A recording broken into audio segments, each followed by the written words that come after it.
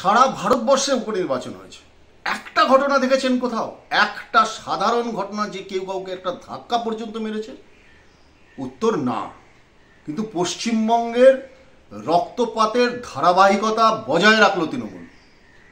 এটা কোন বিজয় উল্লাস, কোন অপরাধীদের বিজয় উল্লাস যে তৃণমূল কংগ্রেসের নির্বাচনে উপনির্বাচনে জয়লাভ করার পরে বিজয় উল্লাস, এবং সেই বিজয় উল্লাসে সকেট বোমা, বাজি পটকা ফাটে শুনেছি, সকেট বোমা নিয়ে বিজয় উল্লাস করছে। এটাই তৃণমূল।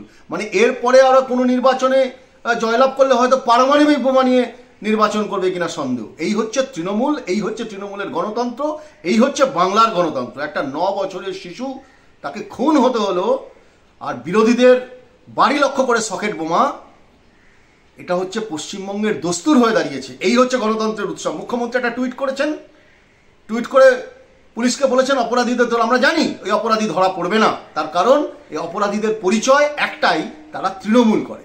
অপরাধী তৃণমূল, তৃণমূল অপরাধী, একাংশের পুলিশ সম্পৃক্তকরণ হয়েছে বাংলায়। তাই গণতন্ত্রের উৎসব নয়, গণতন্ত্রকে রক্তপাত করানো, গণতন্ত্রকে হত্যা করা, খুন, এটাই হচ্ছে আসল চিত্র, এটাই হচ্ছে এগিয়ে বাংলার মডেল, এটাই হচ্ছে মাননীয় মুখ্যমন্ত্রীর গণতান্ত্রিক উৎসব, পশ্চিমবঙ্গের গণতন্ত্র রেস্টোরেশনের একটা উদাহরণ দেখলো আজকে এই হত্যাকাণ্ড। এটা হত্যা।